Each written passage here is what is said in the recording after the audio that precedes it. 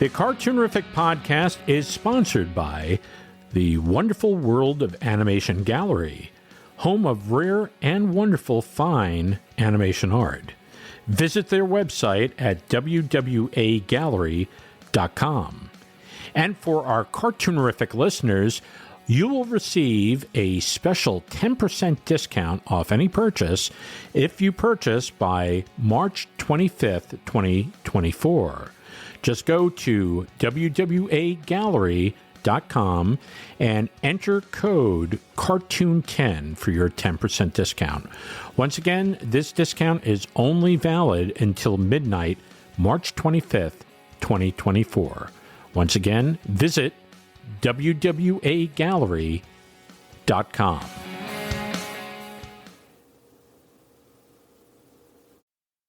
The following is a Cartoonerific Studios presentation. Welcome to Cartoon Fun, it's Cartoonerific. Yeah! It's Cartoonerific.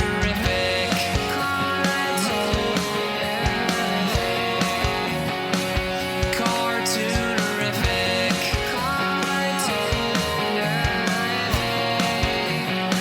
It's Cartoonerific.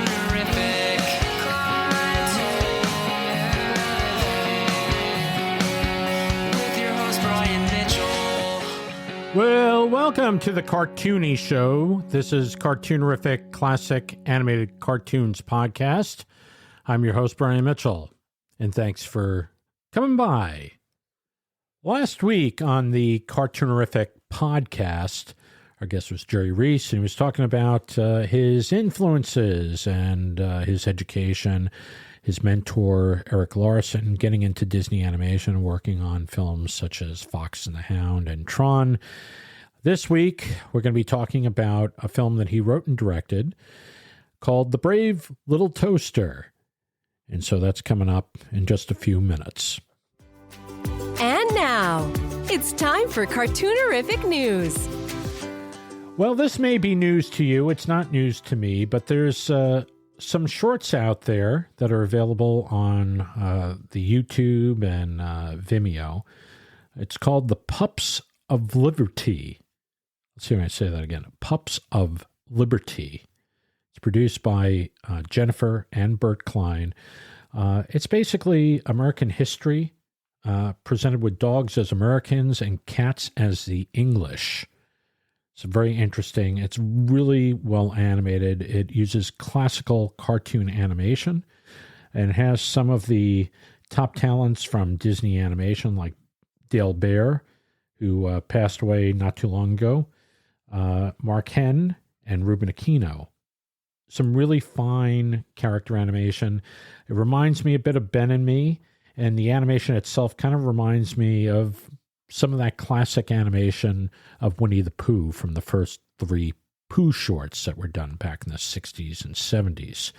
So if you haven't seen it, go and see it. It's, like I said, it's available YouTube and Vimeo.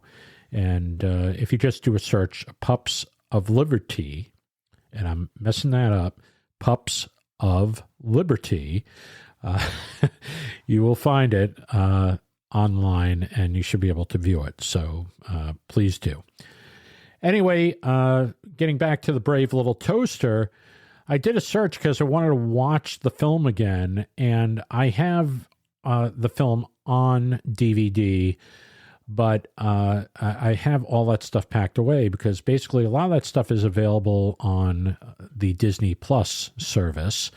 And unfortunately, it is not available there. It's not available on Netflix. I looked around in many places, and you can't seem to find it. So I don't think it's streaming at this time. I mean, you could look up local listings and maybe see if it's available somewhere else, but I don't see it. So, I think the only other option is either to buy it. You can buy it on DVD, or I believe you can have it downloaded for a couple of bucks. It's an excellent film if you haven't seen it, so please do so. Anyway, our talk with Jerry Rees about the Brave Little Toaster and some of the theme park attractions that he worked on is coming up next. Stay tuned. Don't go away. Cartoonerific is the place to be to celebrate hand-drawn animated cartoons. The Cartoonerific podcast features interviews with the magic makers behind your favorite animated cartoons, with episodes uploaded every Friday. Or visit the Cartoonerific blog featuring articles about classic cartoon animation. At the Cartoonerific Gallery, view original animation art and memorabilia from your favorite animated films and TV shows. The company store features exclusive swag from the Cartoonerific universe. And coming soon, brand new world premiere cartoons on the Cartoonerific channel. It's all here. Join the fun at www.cartoonerific.com. That's cartoon, ERIFIC.com. It's Cartoonerific, saving the universe one funny cartoon at a time. And now it's time for our special Cartoonerific guest. Yes, it's that time. So sit back, relax, get some popcorn, ice cream, cup of coffee. What the heck? Here is Jerry Rees, part 2 of our interview. Right now, enjoy. How did Brave Little Toaster come about? Because that's quite a remarkable film. How you pulled that thing together, how you created it, and the story is about a bunch of appliances. But geez, it has a lot of emotion to it, and it's wonderful. Well, thank you. It's for me. There was this, and it's.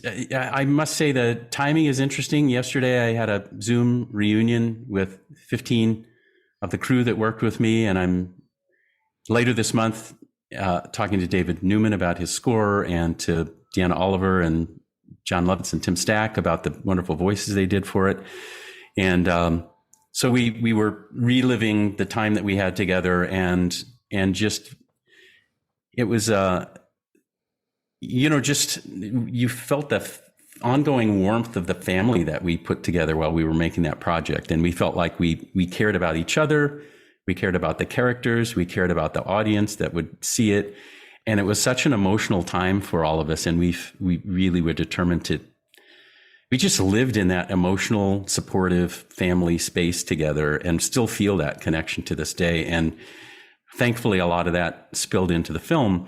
But at the time, a lot of people just thought I was nuts. Even my wife, Rebecca, who wound up being a directing animator on it, when I first came home and said, yeah, I'm going to do this thing called The Brave Little Toaster, she thought it was nuts and thought it was going to be some kiddie film and everything. And but what had happened for me was, I think it started back when, all those frustrations of trying to, I've described to you how we were inspired by Star Wars, and then we would try to put something in the film and then it would be watered down. And Frank and Ollie would try to put something in a film and it would get watered down. It's just every turn, things wouldn't happen. And then, we got some feeling of, okay, making a little bit of a difference on Tron, and then really getting ready for something big on the Spirit, and thought, okay, this is finally a chance to really break out and do something worthy of all the legacy that we've been inspired by. We do something where our thing might matter in the history like their thing mattered. Sure. And then that didn't happen. It was 5 years of investment, though, Brad and I and a number of other people, but between the two of us, especially close to 5 years of commitment. And then it finally folded, ultimately just because we couldn't find an investor that would believe in what we were doing. They wanted to make the script. If we did it in live action, they just said, oh, if it's doing animation, we don't want to do that. That's animation is for kids. And we're like, no, it's not for kids.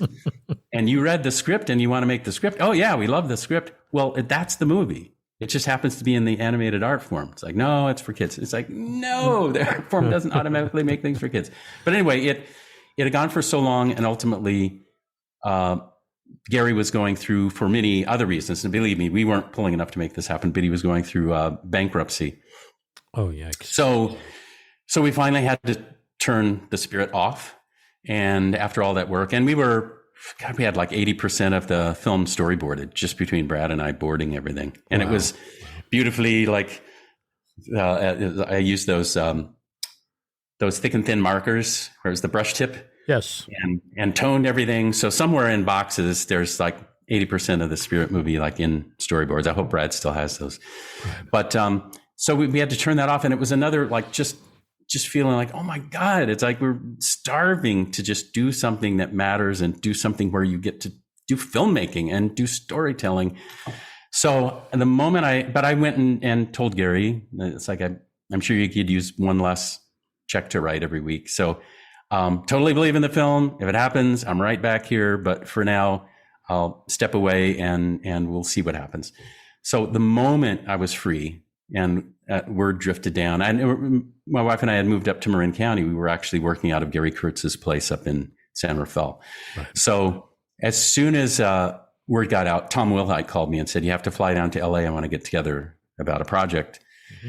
So I flew down and he just said, there's this novella. He handed it to me. It's called The Brave Little Toaster. Thomas just wrote it. Science fiction author. It's not really a kid's thing. It's a really brilliant sci-fi author making an observation about things that are meaningful in humans' lives and things that want to feel like they're still valuable and have a function and all of that. So he said there's a lot that could be gotten here, but it was in development for a short time. Lasseter was going to do it, and he was trying to do it in computer graphics. And he said, people keep telling me it's a good short. Why are you thinking of this as a feature?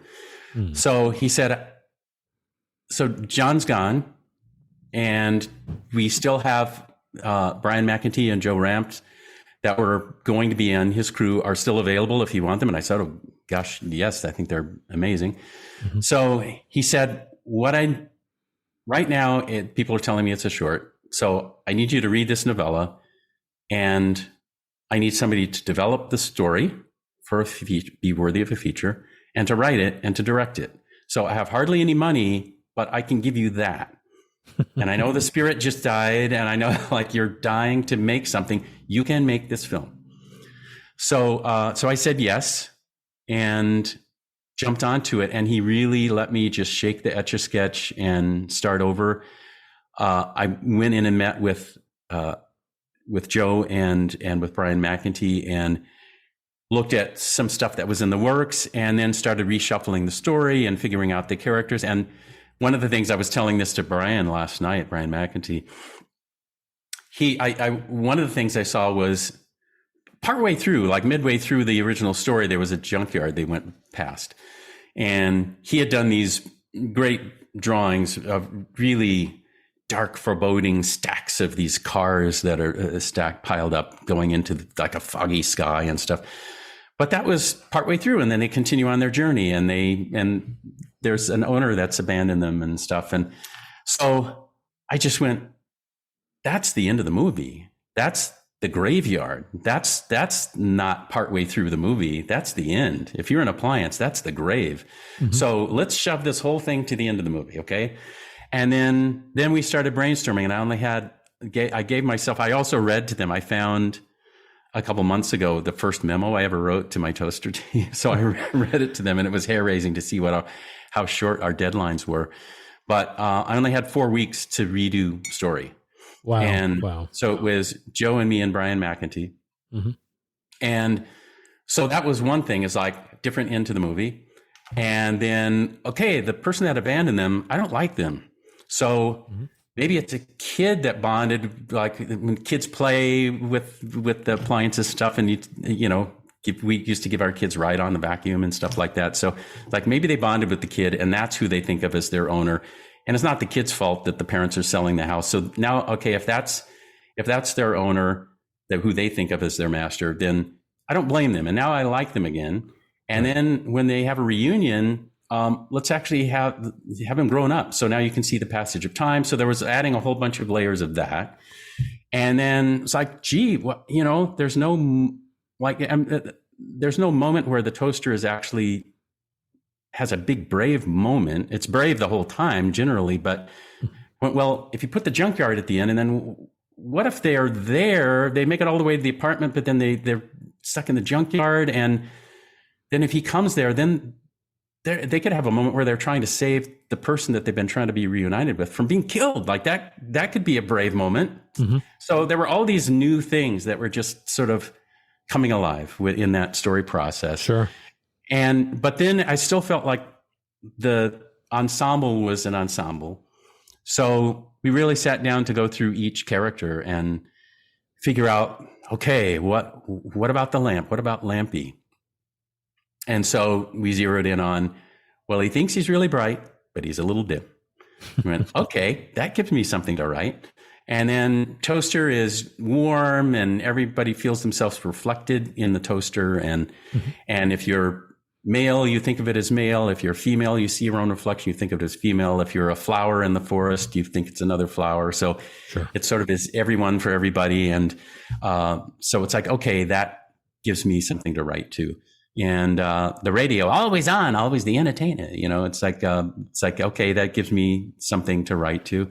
And the blankie, just saying, well, if it's for a kid, which there was no kid in the original story, then say, well, it's their security blanket. And now without the kid, it's an insecurity blanket until it's reunited with the kid. So I went, okay, that gives me something to write.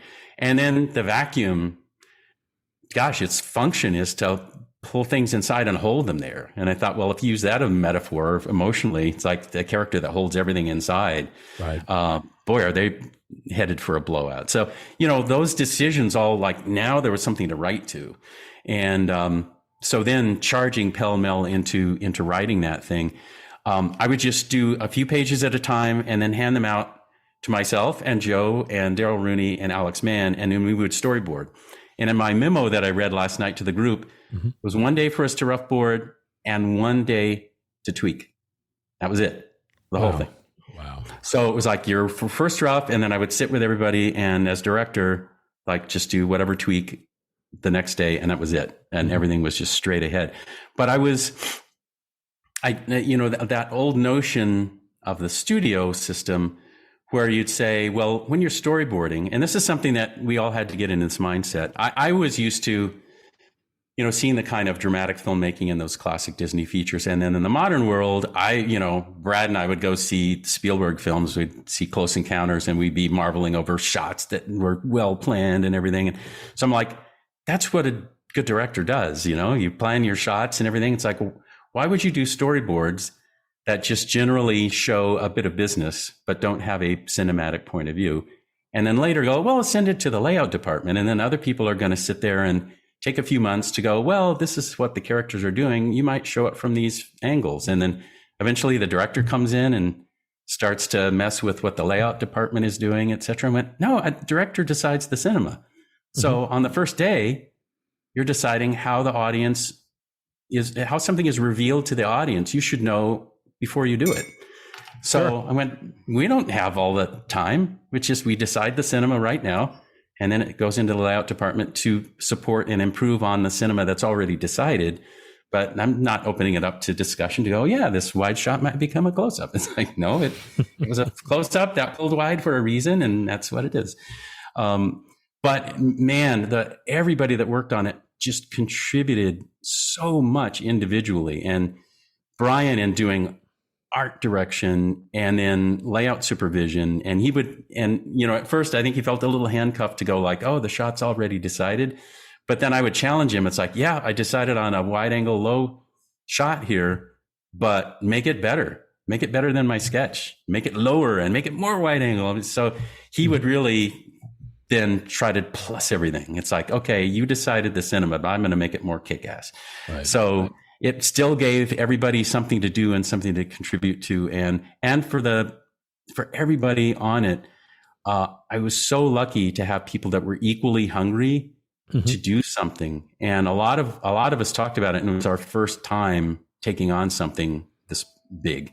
And for some people, it was the first time doing layout or the first time doing a feature in animation. It was my first time directing a feature. And, it's just everybody on the crew. It was a boutique size crew, but everybody was equally thrilled to be getting a chance to do something. So nobody was there just to do a job.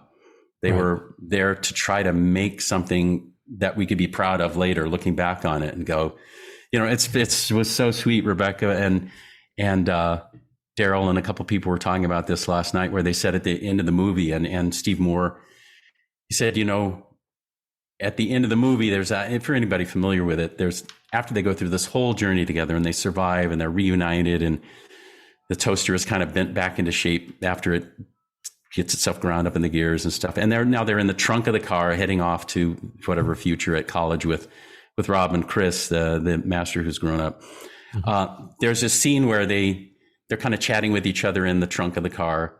And one of the characters says, "We did good, didn't we?"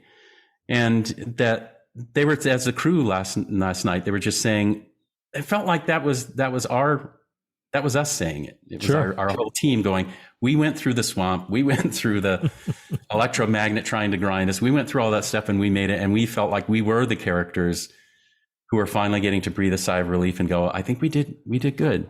I'm just going to delve into some of that production. So it was basically all the pre-pro on that film was done in Los Angeles. Where was that done? It was on McCadden Place in Hollywood, and it was rat infested. And I believe they were making adult films downstairs, but we never stuck our nose in there. Right. But it was just the reality of Hollywood at the time. And there were rats in the building. Wow. So in one of the photographs I had, I shared some behind the scenes stuff with the crew last night. And one of them showed like a hole that was in the ceiling from rain damage and stuff. And, right. They had seen rats peeking through that hole. Sure. And so when we came to have breakfast, there were actually rats on the catering table. And it wasn't really a catering table. It was just a table we set out there, and right. we'd bring bagels and cream cheese. And the rat was eating the cream cheese right in front of us, sitting on the table. And so somebody goes, a member of the crew. yeah. So one of the crew members was like, I think I'll have a bagel, but not with that cream cheese that rat is eating. Very good decision. And we had, our windows. It's, I can show you images, but in the window where people would work, through the glass, like a foot outside, was another brick wall for the building. Like not 10 feet away, like 1 foot away. Wow. So you would look out the window and see bricks.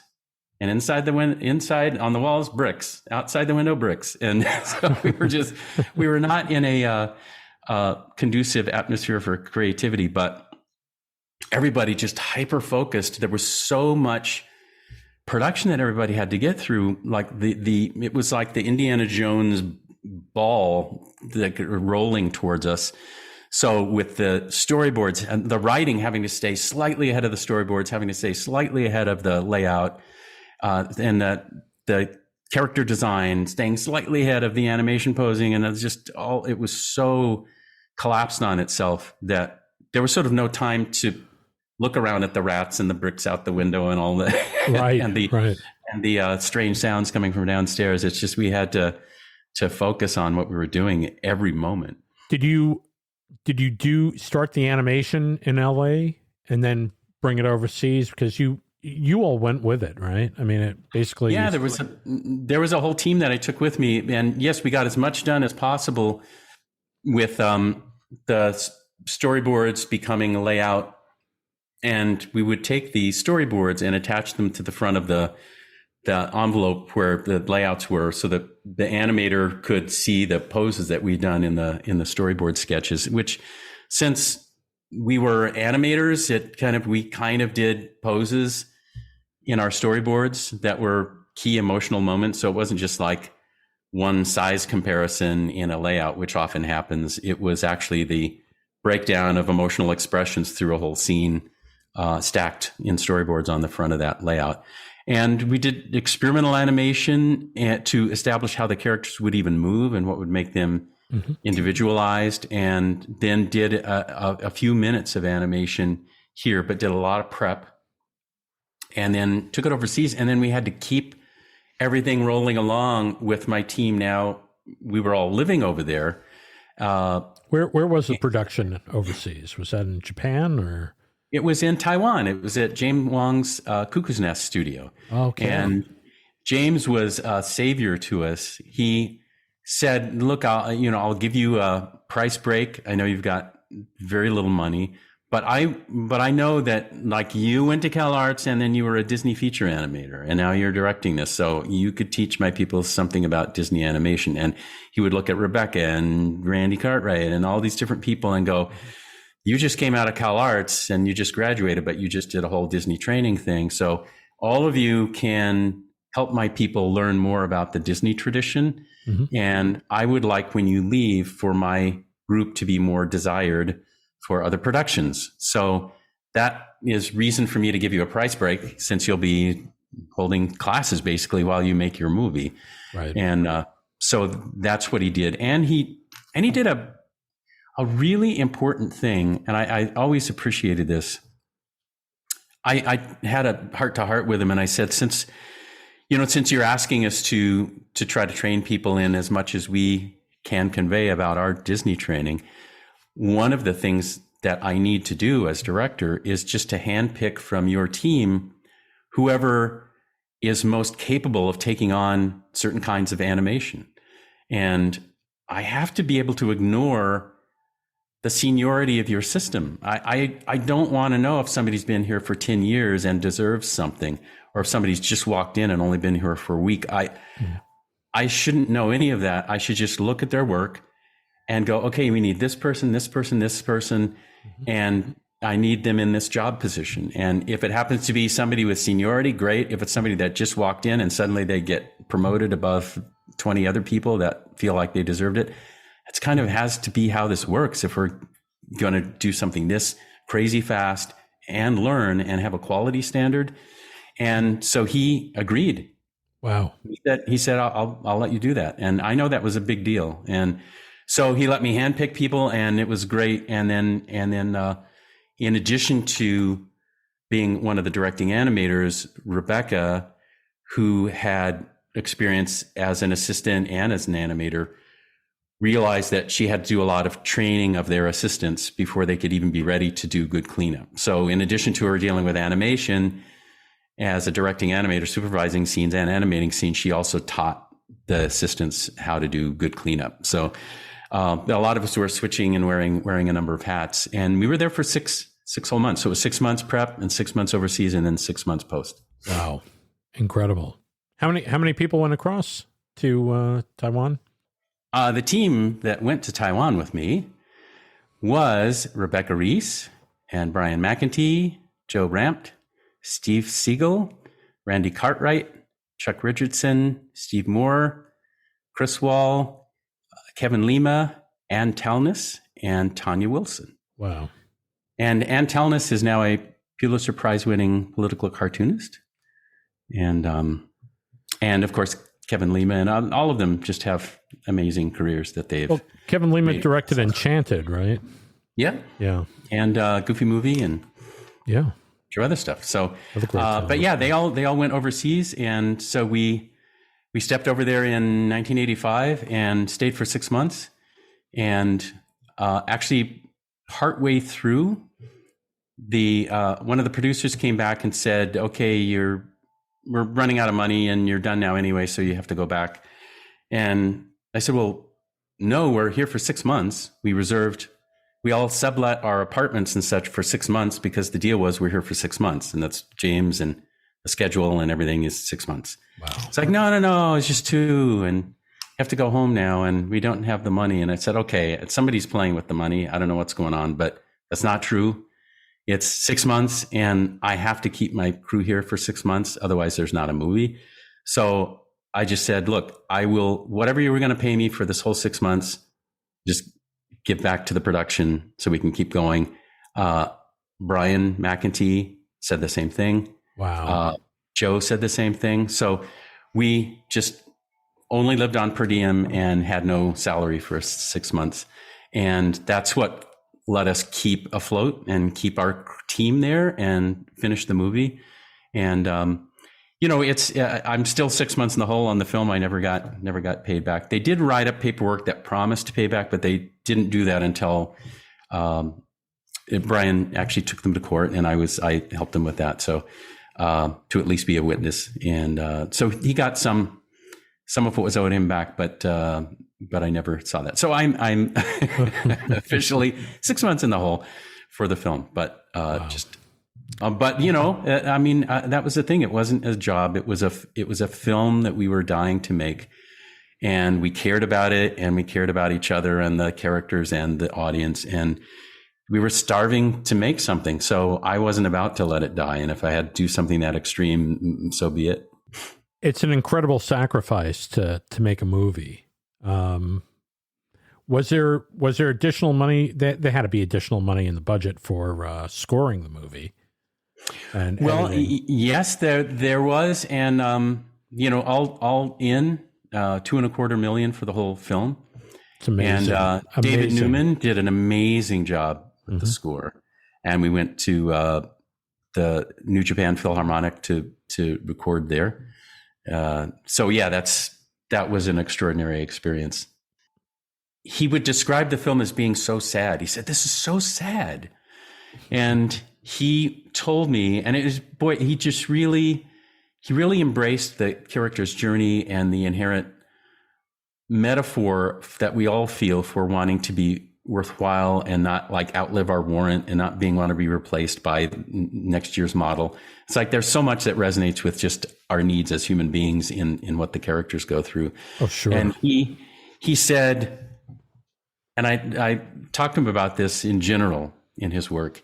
He said, anytime there's a moment of happiness in a story or in life, it's not going to last forever. So I always see it as a fleeting happy moment, and I write some sad underpinning to the happy moment in the music. So there's sadness running underneath the happiness all the time. It's never just happy. Right. And so he brought that sort of pathos and what people have described to me in the last few years. I hadn't heard it before, but now I've heard it a lot in the last 10 years. People describing it as a very dark movie. And so that was part of it, was his amazing score that had so much emotional dimension.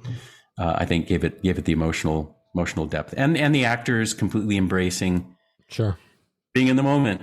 And there's things where it was I originally brought in some people to read, and this was kind of unique about the movie too. We're searching for things that kind of made it different. I had some usual people that were on lists for voice work come in and read some of the first pages that I had written. And I was so disappointed by the scenes. I would hear back and I would be talking and I would just be, oh God, I know I wrote a better scene than this. Right. And so Joe Rampt had been taking some classes at the Groundlings Improv Theater just to exercise and put more work, good performances into his animation and his story work and everything. He said, you want to come? There's some really cool people down at Groundlings. You want to just come by and see what happens there? So I said, hell yeah, let's go down there. So I went down to Groundlings Improv, and there I was seeing people who, I think what was happening is the people that came in to read, and there were some good people who have since done amazing work. Sure. But I think at the time their impulse was, I should push this to be really novel because it's about a talking appliance. So I need to make it sound really novel and weird. And I was looking for the opposite. I was looking for a reason to connect with it emotionally and believe it. Mm-hmm. So when I went to the Groundlings, it's like they were totally used to that, because you think about it, they're on stage, you're in the audience, and they go, okay, what is she? And it's like, she's a stalk of celery. Okay, well, who's he? A radish. Okay, you're at a bus stop and you fall in love. Go. And their job, it's already insane. Their job is to find some way that it's relatable and that you believe that the stalk of celery and the radish fell in love. It's like they try to find a relatable, believable thing at the core of that craziness. So when they came in and I started showing them pages and them taking through it, they connected into like, oh, I'm the lamp that thinks he's bright, but is a little dim. And I'm the warm toaster. It's like I give everybody security. And so they tapped into those core things and really brought it alive. So, I know improv actors and comics and everything has been quite the norm in recent years. But at the time, it was a bit unusual to kind of not look at any of the usual voice list and just go to the Groundlings Improv Theater and get Phil Hartman and John Lovitz, who both were just about to be called out to Saturday Night Live. Right. Deanna Oliver. Actually, John was. Mm-hmm. Deanna Oliver. Yeah, and Deanna Oliver is still a director there. She at Groundlings. Yeah, and she was actually the voice director over at Warner Brothers on Animaniacs. And, yeah, and a writer too. Yeah, absolutely. So yeah, I worked with her. Yeah, Deanna is amazing, and Tim Stack and Phil Hartman and John Lovitz and Mindy Sterling and Judy Toll, and we practically raided the place. And then of course we got Thurl Ravenscroft, who was an astounding legend to work with. And absolutely. Does anybody know who Thurl is? He's the voice of Tony the Tiger. He's in the Haunted Mansion. He's I knew him for all his non-Tony stuff. I knew him for all his Disney stuff. I knew all of it. And when somebody told me he was Tony the Tiger, I was like, oh, yeah, I guess that's right. But most people only know him from Tony the Tiger. That's right. And but he was part of the Dapper Dans, wasn't he? Barbershop Quartet. Yeah. Great bass voice. God. Yeah, and he's singing in the Haunted Mansion and Pirates of the Caribbean. You know, Yo-Ho, A Pirate's Life for Me. He's the bass voice. He's actually one of the heads in the Haunted Mansion. That's the singing bust head. He's actually on film as well as doing the voice. And he would do. He was the Buffalo Head in the Country Bear Jamboree. And that's right. And and your mean one, Mr. Grinch. Mr. Grinch, yeah. Absolutely. And he was in Johnny Mann's, the Johnny Mann Singers, and he sang with Elvis. And he had a hilarious story about people telling him that, you know, nobody looks at Elvis, no eye contact, whatever. It's like, stay away from Elvis. And he gets to the mic and it's in another room. Elvis is in his own room. Sure. And so he belts out a few notes, and Elvis comes walking in. Who's singing bass? That's me. Oh man, I got to meet you. So Elvis came over to meet him, and I got to hang out with him and direct him in person. It was none of this, connection by satellite or anything. He came in and hung out and told us all kinds of stories. I've got all kinds of pictures of us listening to his great tales of Walt Disney and Elvis Presley and on and on. Wow, pretty cool. But John Lovitz got cast on Saturday Night Live after I had cast him and was writing the character for him.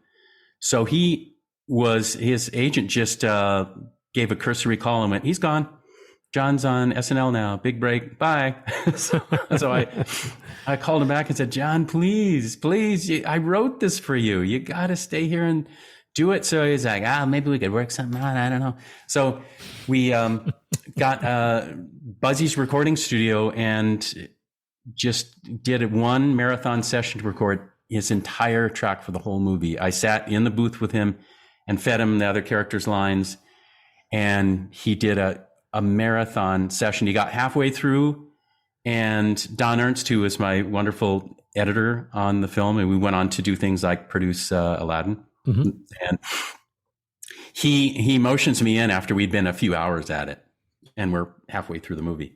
Right. And John had been, he was loving being entertaining. So he would, in addition to doing the lines, he would do a few extra lines and then do like, make me laugh and make the engineer laugh and make everybody laugh. And then that was just using a lot of his energy. And so sure. We were enjoying it, but it was, it wears on your voice after a while. And so Don Ernst calls me in and has a quiet talk with me and goes, he's fading. And I've never seen somebody come back in one marathon session. You just have to do another day somehow. We have to fly to New York and meet with him there when he's doing SNL or whatever. Right. But it was great, but it's fading. And if you listen back, it will not stand up. You can't cut this stuff together from here on. Right. So I just said, well, let me talk to John. So I took John out for a break. It was night. We walked down the sidewalk and it was cool air. And, I said, I've been working you really hard. You've been doing gangbusters, but it's like the energy after a while, your battery needs a little recharge. And so what do you think? Can we keep going, or do you want to do it another time, or like whatever you feel? And he's like, yeah, let's go back in and do it. Look, we'll go in. I'll be holding my eye. And I'll pretend you hit me, and I'll go, okay, Jerry, I'll do whatever you want. And I'll go back into the microphone. So he made up this whole thing. So we go in and he actually did it. He did the whole ruse. Pretty And cool. he goes back to the mic, and he just went, "Okay, just tell me what you want. I won't waste any more energy." So he just focused. And whereas he's so capable of improv, that's the thing, is his brain was going, still doing like 100 lines. Sure. But he really just focused on, here's what you wrote. How do you want me to do it? And then would just do it and really put his energy into it. And we finished the rest of the movie. And because we were doing that, I had been up all night the night before writing the end of the movie because I hadn't finished writing the script. Right. So I had to write the whole ensemble. I couldn't just write his lines. I had to write the whole ensemble end of the movie. So that whole scene in the trunk and the stuff when the master's repairing the toaster and stuff, I had to just write through the night. Wow. And then to get together with him and record the marathon thing straight through. And then he went off to SNL. And then I sat in and fed his lines to the rest of the ensemble group because I love recording ensemble. Yeah. I hate this whole thing of recording one person at a time. So I didn't. I got a bunch of mics and had everybody in at the same time. And then I would just sit in for John, knowing that his original lines were going to replace mine. But I just give him something to feed off during the ensemble. Wow. Pretty neat. How was Phil Hartman? The songs came along. How was then I had to sing. How was Phil Hartman to work with? Because he was a tremendous talent too. I mean, he was amazing. Phil was tremendous. He was so thoughtful and focused and would just really carve out the emotional space he was supposed to be in, with going for like subtlety or sarcasm and stuff. And that was another scene where it's just, we weren't cracking the nut on the character. Because I told you how we came up with all the other characters had their own space. Sure. Air Conditioner didn't have one yet. And Joe and I we would occasionally pitch to people that would come in to maybe invest in the movie. So we'd be in the middle of working and we'd suddenly get something from the producers like, hey, somebody's coming by. They might invest. Pitch them some of the boards this afternoon. So they'd come in and we'd like pull the boards in and I'd go through and tell the story. And then I would push that out and Joe would tell the next board. And then we'd tag team like that. Sure. And we would just do this kind of angry voice for the air conditioner. And I hadn't really finished that part of the script.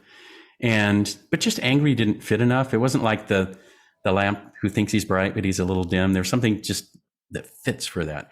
So finally, we were just in goofing around. I would occasionally do this kind of Nicholson voice, and he would do that. And we started kind of doing it to goof and make each other laugh when we were pitching with the investors there. Sure. And so then it suddenly hit, and I went, just, oh my God, who's more cool than Nicholson? And he's above everyone else. Right. And literally in the wall is above everyone else, which makes him feel kind of lofty, but he's separated from the kid when the kid's little. And so he feels left out. So I was just, oh my God, there's the hook. And I just went and locked the door and wrote that whole scene in one session. So now I'm turning it over to Phil in the recording booth, and he just so nailed getting into the mindset of that character who's toying with them. Right. And being coy and being sarcastic and then feeling left out and then being pissed and exploding. He took it through the roller coaster ride. He took that on was just amazing. Yeah, I thought it was a fun moment when he's just kind of just going a little bit nuts in the wall, saying, "I'm stuck in this wall." You know, I'm stuck in this stupid wall. I was designed to be stuck in this stupid wall. It's my function. So he's like, I can't help it, and he can't. It's like as a character, it's like the vacuum. He was made to hold things inside. And yes, he has a breakdown, and because of it, well, the air conditioner was made to be stuck on a wall. It was his function. That was his function. But it made him separated from the action when the kid was little and too short to reach his dials. Right. So in a lot of, but yeah, Phil was great. And then I got to work with him one more time briefly and doing some temp work for Alien Encounter. He did some Serve the robot. He did some things that I used as a placeholder, and then later I used Tim Curry for that part. But but I did have one last work session with Phil while he was still with us. And Phil also did the hanging lamp. That's a Peter Lorre lamp. Yes. That's also Phil Hartman. Yeah. Wow. So he did two voices. Wow. Incredible. And yeah, he was great. When you were telling me before we actually started recording this, what happened to the Brave Little Toaster? Because I saw it on Disney. I saw it on the Disney Channel. I thought it was absolutely amazing. But the thing was like, I knew it was made on a minuscule budget. And, but when I watched it, I was like, why didn't this go into theaters? And you have to tell the story real quick. Right. Well, we had we knew we were making it independently, and that was the blessing. Was for the first time, I was able to just go forge ahead with decisions every day and just do a movie. It was all my whole history before was trying to get things done, and then somebody saying no. Mm-hmm. And then somebody saying yes behind your back, and somebody is saying no up in front of you, and just it was, or we're going bankrupt, and it was always just some reason why something couldn't happen. But finally, I was just had that freedom to just forge ahead and make something, and the independent movie status was the only reason I could do that. And if it hadn't been independent, I would have had committees that were reviewing every choice I was trying to make. Oh yeah, they'd be trying to throw a dog in there, or, and just let's do this and So the blessing of being independent was I had all that freedom, most creative freedom I've ever had. The curse, of course, is you're looking for a distributor when you're done, and people had invested in the film to get different rights. Disney had wound up being one of the investors, and they had invested some money towards having the cable rights and home video, but no merchandising, no theatrical. And we had a screening at the Wadsworth Theater, and CNN and Entertainment Tonight and a bunch of places came out and saw us, and Tim Burton came out. And then thinking back, I think he brought Winona Ryder that night to see the film. And we got all these amazing reviews, even though we were just a screening of an independent movie and we weren't released yet.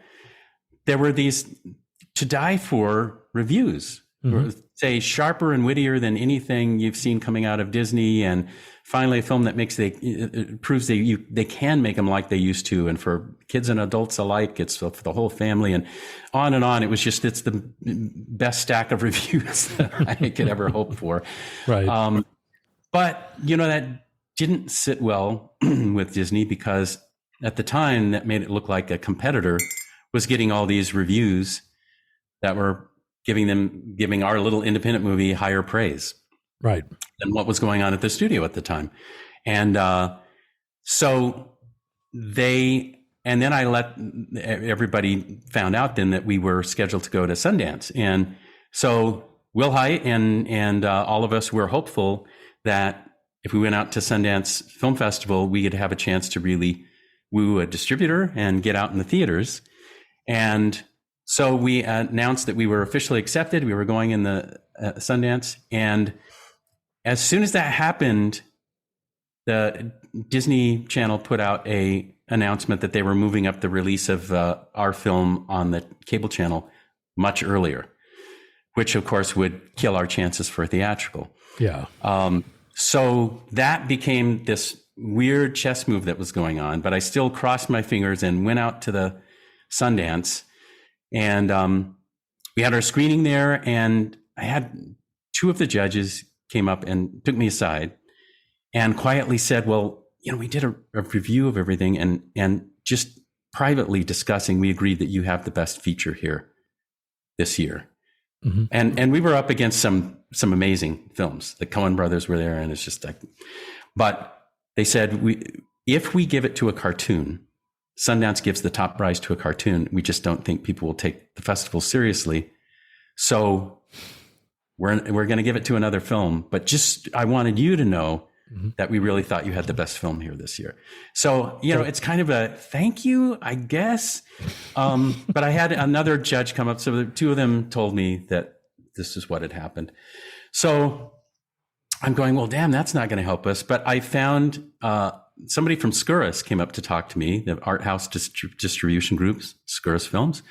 And so they totally got the film. They said, oh my gosh, this isn't a kiddie movie. It's like the title sounds like it, but this is a young adult, a college and young adult movie. And I said, yeah, we made it for ourselves. We were hoping, we were been dying to make a movie that we would like.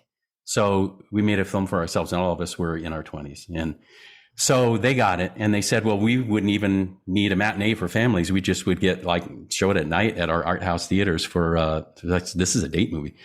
So I said, great. And they said, but you got to have the Disney Channel move their date because that'll kill our theatrical. We have to have some time to run it through the theaters. Sure. So at that point, a guy approached my wife and I, who is still my lawyer.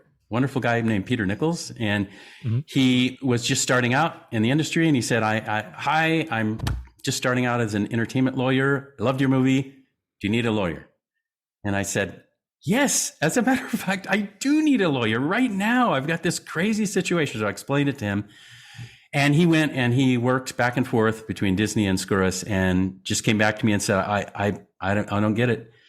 It's like it devalues the project to not have a theatrical run, but they won't move the date to make room for a theatrical. So right. Skouras has to walk away. So anyway, we all wound up licking our wounds that, it was like coming to a VHS near you was not what we had envisioned.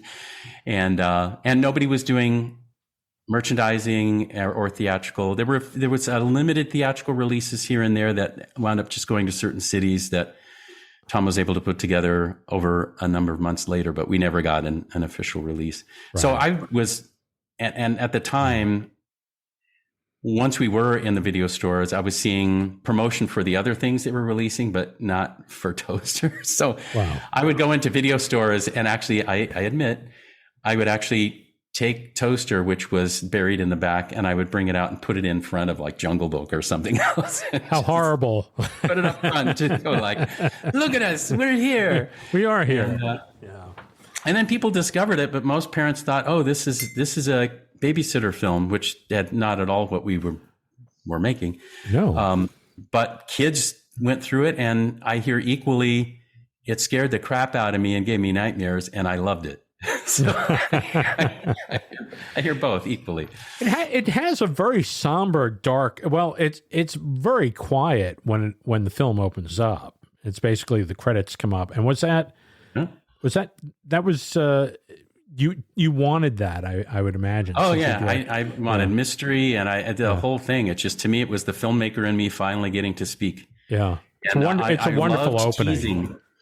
I just love the tease to go, whose house is this? Why am I there? Mm-hmm. Whose picture is that? Why am I looking at this kid's picture? And then when the radio comes on, just thinking it's a normal radio. And I purposely had, when the light comes on and you hear a voice, you don't know it's a talking lamp. You just think it's a flashlight and probably a human. Right. I did that on purpose to like tease you. Mm-hmm. And then it gets closer, and then you see the radio actually back up, and you see a lamp pop in, and you're like, what the hell? Yeah. And so I love that whole style of teasing and mood and emotion. And it came down to moments too, like, when the characters are sinking in the quicksand, and I mean, it's a scary moment. As far as they're concerned, that's the end of the line. They're just going into the quicksand, and they won't be found. They'll just corrode and rust and be dead. Yeah.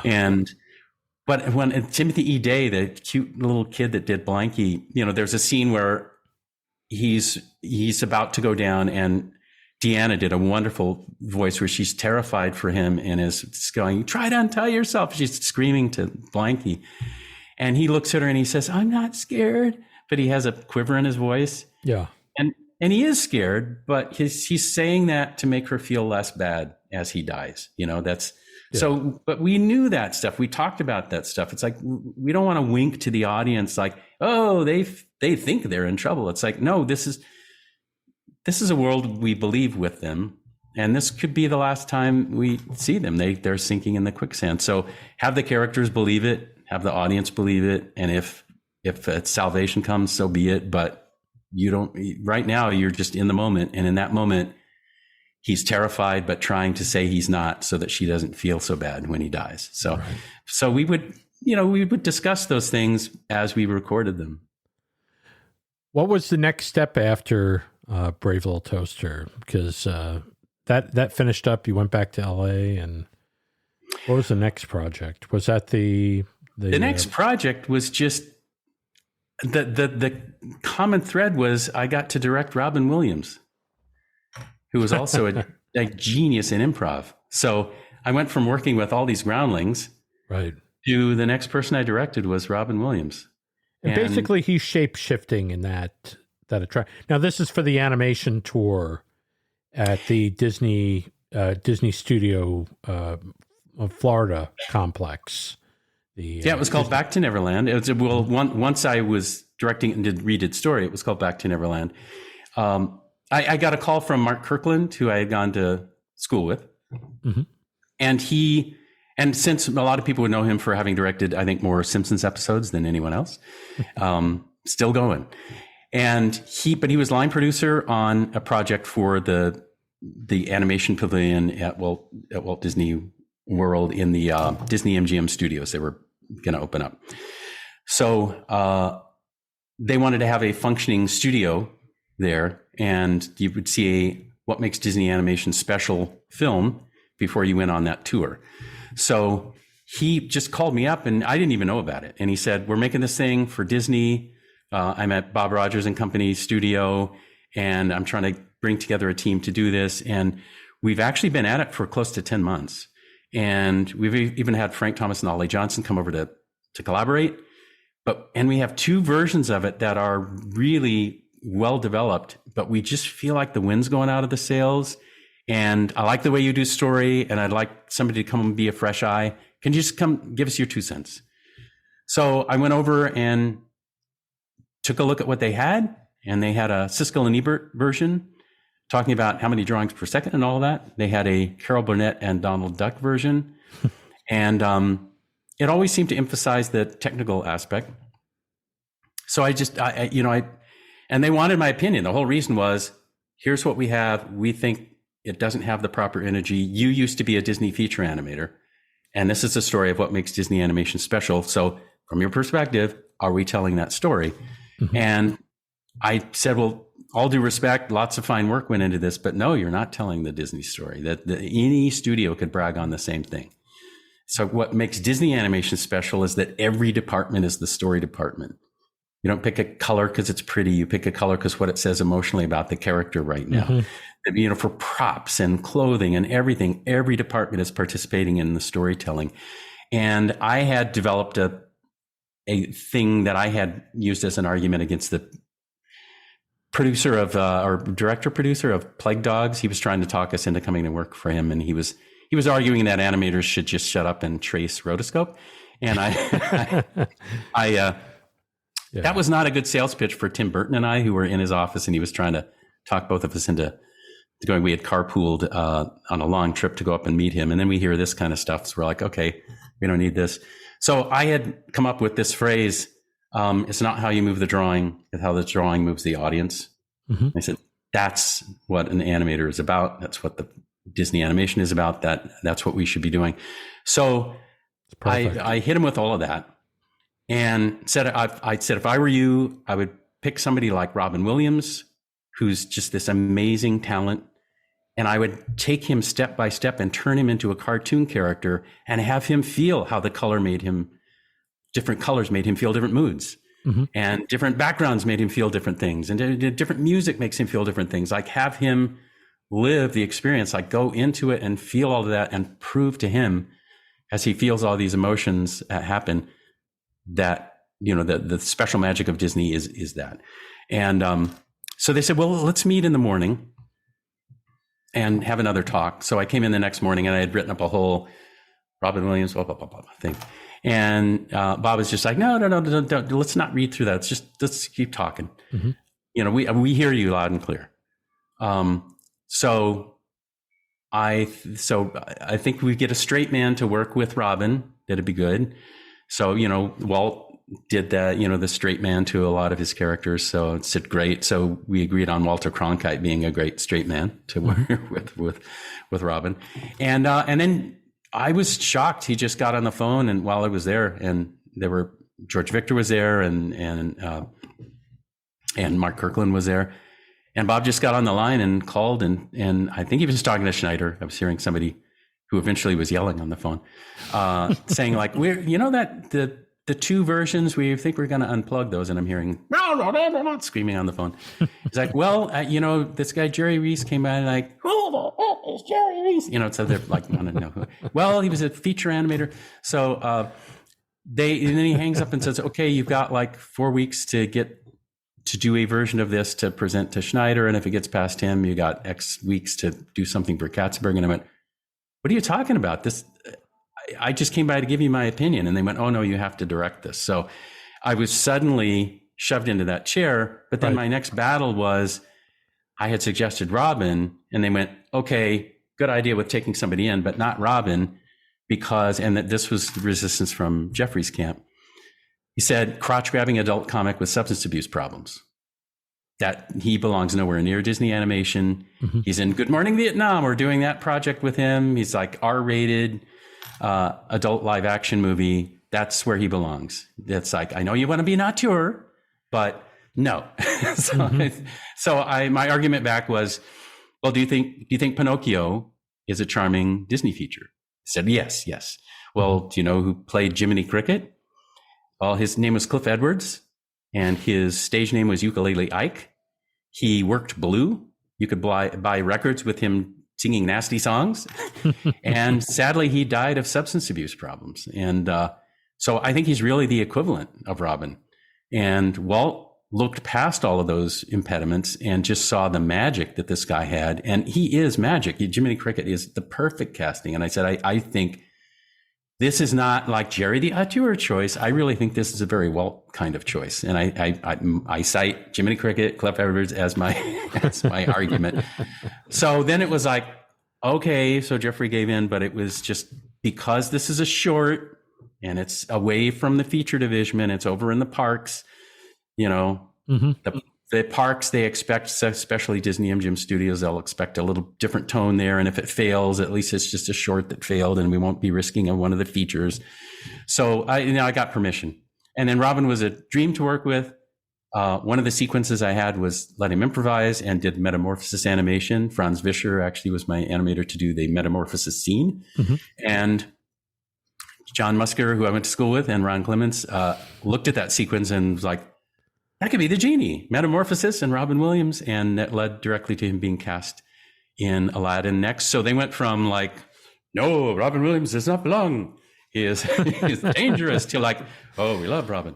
And, I just want to interject, and this is something that I've noticed throughout the years, but even more so through the podcast. Yeah. How animators or people with an animation background tend to do a lot of voices, and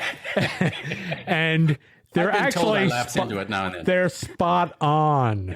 I mean, I do them too, but I've had people go like the last person on was Dave Pruiksma, and he's starting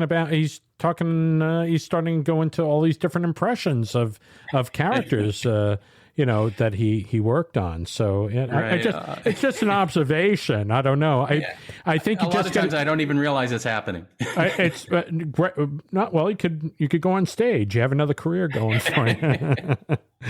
But it was so delightful to have Robin be just charming and brilliant and soulful person, right. And then to have the studio embrace him, and then to have him open up this whole chapter of Disney with Aladdin. And it was the sweetest thing. John Musker and Ron Clements told me and told our crew as they premiered Aladdin, they said, oh, we put a permanent tip of the hat because, it's like that short, and Robin, that paved the way for this kind of movie. And so there's a permanent thank you in the film. Look for it. Wow. So absolutely. We, for the first 10 minutes, I'm looking for it. And then I totally forget. And I just caught up in their story. And then near the end, when the genie gets his freedom and his sort of warping back and forth between different the parallel existences, he comes back, and one time he's wearing a Hawaiian shirt and a goofy hat and his little camera and stuff. And that was an homage to how Robin Williams was dressed at the beginning of my film. When he steps out of the audience in live action, mm-hmm. he's wearing that kind of outfit. So he has the goofy hat and the Hawaiian shirt and the little camera. So that was the permanent thank you to the short film that's embedded in the film. So if you want to win a bet at a cocktail party and that's another little detail you can use. There you go. Robin Williams and Walter Cronkite actually became really good friends. Yes, and when I went to New York after that, it was funny because I got to pitch working with Walter to Robin, and then I got to New York and pitch working with Robin to Walter, and that was amazing. I mean, we could do a whole chapter on that, but the cliff notes are, it was going to be this big trip to New York to meet with Walter Cronkite, and Eisner was going, Katzenberg was going, Schneider was going. Oh, it's like a whole thing. And then it's like, yes, and the writer director is actually going to be there too, and I'm going to have a book of storyboards to go through with Cronkite, but it was like the big parade, and which would have been fine. I loved hanging out with those guys, but then Eisner got busy with something and he was booked and couldn't make it. And then they're like, well, if Eisner can't go, Katzenberg isn't quite the status to replace him or be his equal, or, so it was like, well, it's better politics if he doesn't go. And then it's like, well, Schneider is hardly in their league. And so finally it became just me. So I was alone with Cronkite, but they booked a big room with like an endlessly long table. And so I just went down and sat at one end of the giant table with Walter and took him through the book. Right. And it was just great to show him scenes envisioning how he and Robin would work together. And was this your idea to have Walter Cronkite and Robin Williams together? Did that come out of your head, or did somebody say, no, we got to use Walter? Yeah, I got to hand it to Bob Rogers. He suggested Cronkite as the straight man. So, Robin was my passion. Cronkite was the suggestion that he brilliantly offered to complete the duo. And I just thought that was perfect. And it was kind of, and I told Cronkite, I said, I ribbed him a little bit. He said, now, Walter, you were voted the most trusted voice probably in the world. Yeah. And certainly in news. And I used to watch your show called The 21st Century, where it was every Friday night. And he would talk with his great narration about what was coming in the future. So and I said, you promised me that in 1980, I'd have my own jetpack. Where's my jetpack? So then he was amused by that. Wow. But I said, most trusted voice tells me I'm going to have a jetpack, and I don't have it. But anyway, he said he was very curious to meet Robin, always been interested in him. And Robin, he just went on and on about what a respected figure Cronkite was, and just told me Walt's whole history and everything. So it was a mutual admiration society. And then it was so fun to introduce them and have them working together. And also just kudos to Corey Burton, who did all my temp tracks for Robin and Walter. So as I would show the story reel to Katzenberg and Schneider and Michael Eisner, it was actually Corey Burton brilliantly doing his Cronkite and his Robin Williams imitation, right? So you could have done them from what I appreciate that. Geez. But he was awesome. Right. And I got to call Corey and say, Eisner was fooled by it. Because Eisner said, hey, when did you get time to go record with Robin and Walter? and so I called Corey and said, Eisner thought it was really them. But I as Robin and Walter arrived at the set, I put on the story reel and I said, look, this is just to let you guys feel the shape of it. Because we're going to have a lot of odd scenes where you're just in an empty stage with color washes coming through and something that isn't there yet because it's going to be animated. So just so you understand how it all comes together, I'll go ahead and show you this reel. And, forgive the imitations of you. We had to put something in so that, they would have an idea of what you might do. Right. So we finished watching the whole thing and Cronkite turns to Robin and goes, why do they need us? That's great. But then there were times where I had them on the set, and we had, in one of the scenes, they talk about storytelling, and we have giant books as one of the sets. And we actually built, Craig Stern, the production designer, actually built the giant books. So they really were as big as they looked. And Robin and Walter were between the books and then would walk out on my cue. And I wish I could have heard, because they were starting that friendship when they were just hanging out together on the set. So I would park them and get ready and say, okay, I'll just be in just a moment. I just need another minute. And then I would hear in the distance, Just they were making each other laugh with some kind of stories. Wow. And but I never knew quite what was going on. And then later, I had to do after we finished the whole film.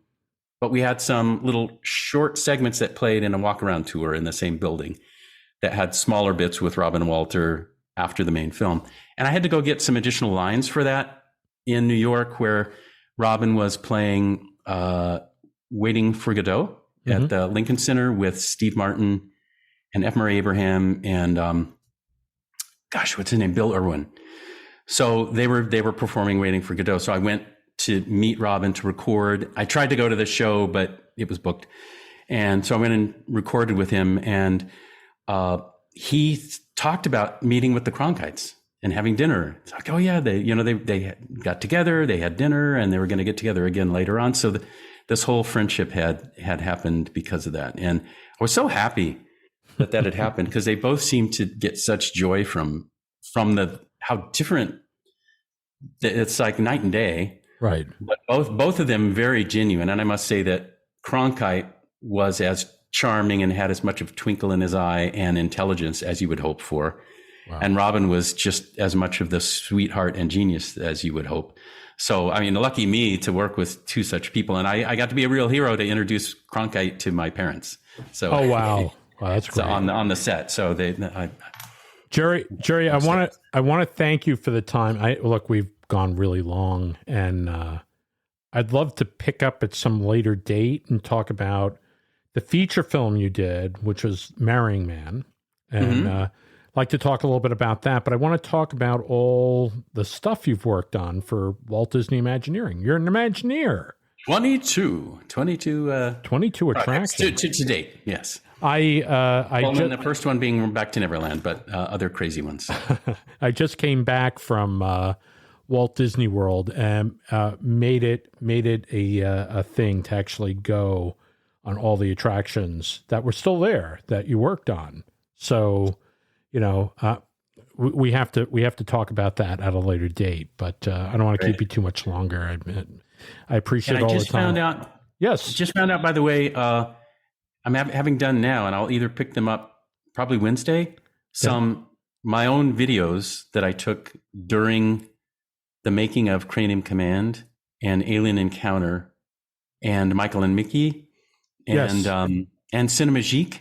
I actually have about 2.5 hours that I just got a week ago, where I found these old tapes that I had taken just to prepare for the film. Like while we were building sets, I would have my production designer get in and go, okay, Julie Delpy's going to walk over here, like do it. And then, so it was just the making, behind the scenes, building, getting ready for the project. So wow. I'm looking forward to having some more never before seen behind the scenes stuff here and there of some of those projects. Are you putting that on your website?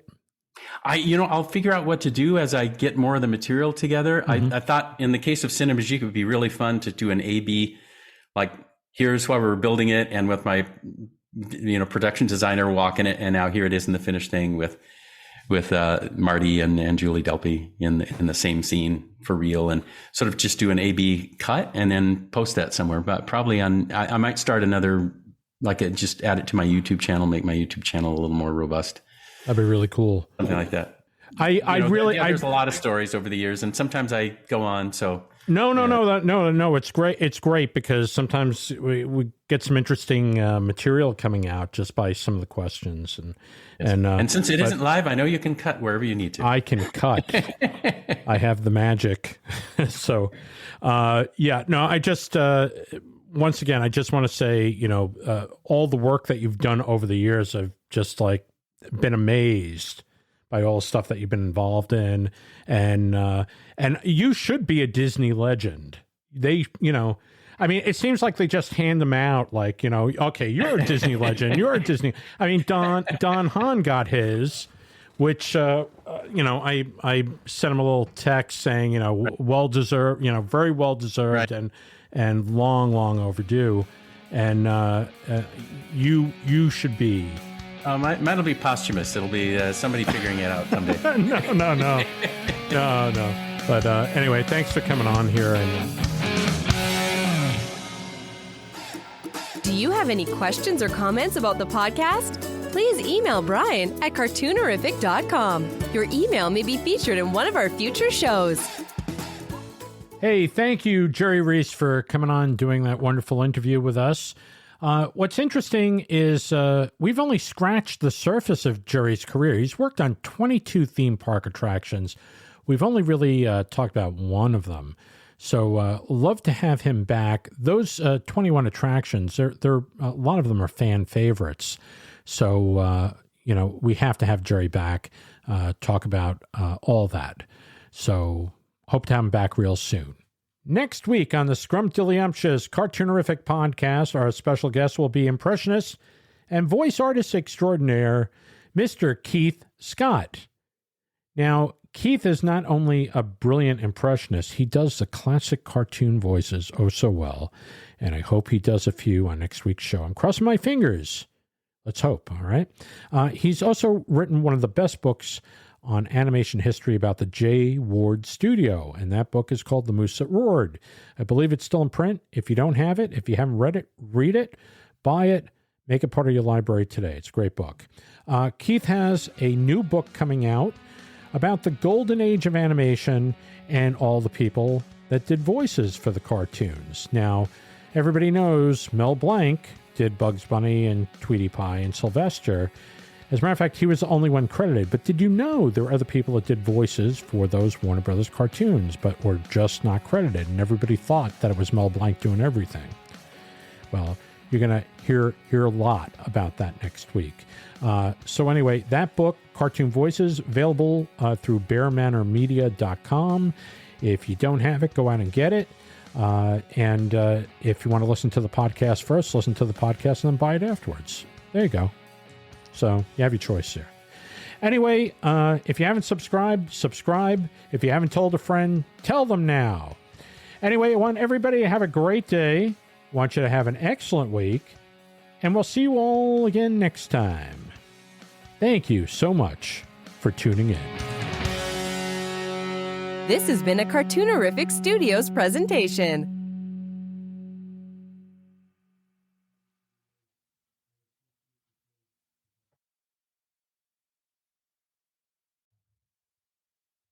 The Cartoonerific podcast is copyright 2024 by Cartoonerific Studios Incorporated.